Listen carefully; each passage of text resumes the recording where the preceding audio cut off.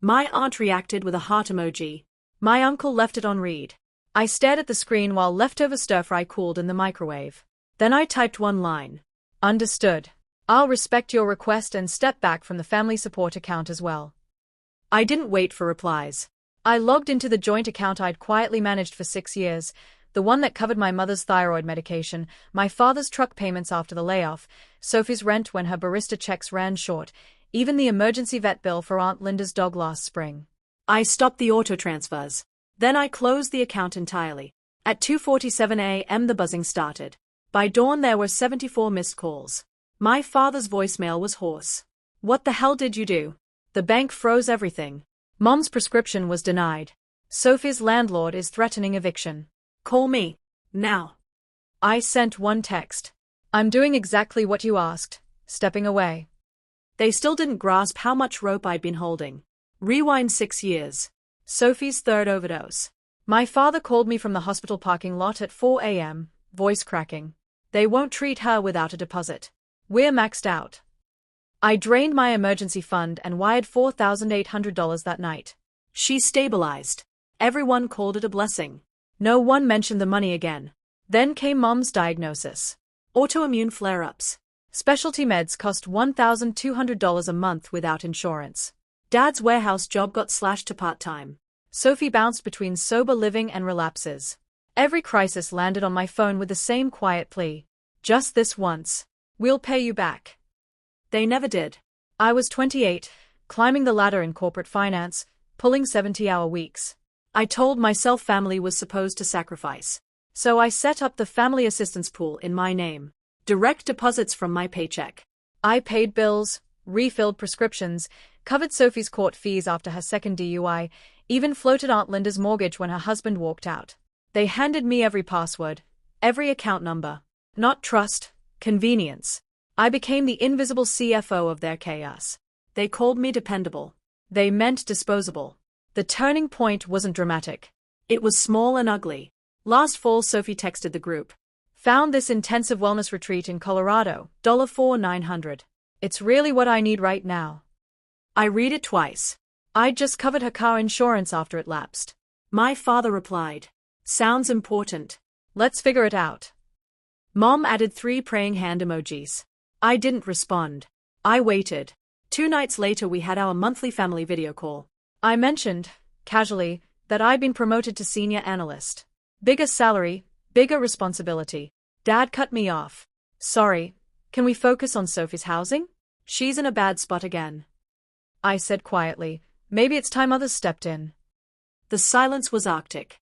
48 hours later came the group chat exile. They thought they were pruning a problem. They didn't realize they were cutting the main artery. Within 72 hours the dominoes fell. Overdraft alerts. Pharmacy rejections. Sophie's landlord served notice. The power company scheduled disconnection. A credit card declined at the grocery store. My mother sent a photo of the receipt with a caption, "This is what you've done." Then the real bomb, a fraud alert from my bank. Someone had applied for a $92,000 small business loan using my name and SSN. The business? Sophie's Path Wellness Collective LLC. No registration, no license, just paperwork with my forged signature as co-owner and guarantor. My father and mother listed as witnesses. They hadn't just leaned on me. They'd tried to tether me illegally to their next fantasy while quietly pushing me out the door. I filed the fraud report that afternoon. Police, bank, credit bureaus. I submitted 6 years of transaction history, screenshots, voicemails. Every dollar tracked. Every excuse documented. The family Zoom came 4 days later. My cousin Hannah hosted. Everyone appeared rehearsed. Mom started crying before anyone spoke. How could you shut us out like this? I shared my screen. The spreadsheet opened like a courtroom exhibit. $94,617.42. Itemized. Dated. Categorized. Rent.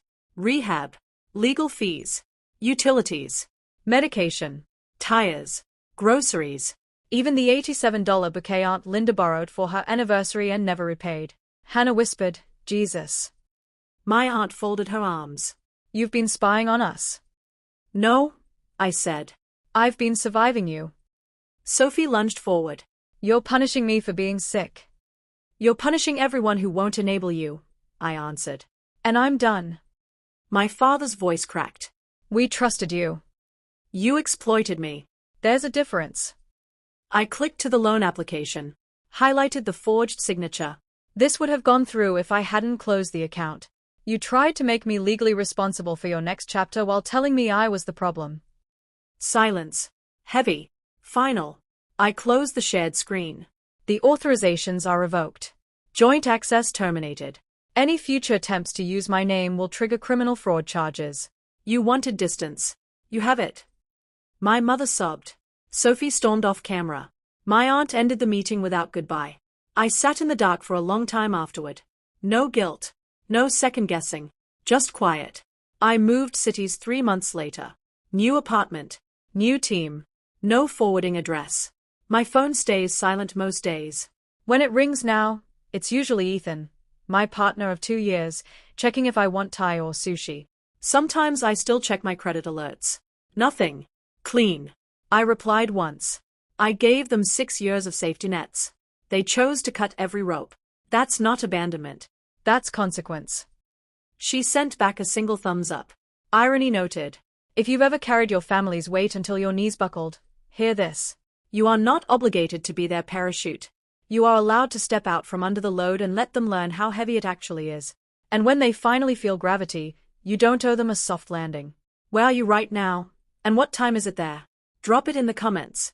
If this story echoes something in your own life, share it. Someone scrolling tonight needs to know they're not the villain for finally saying enough.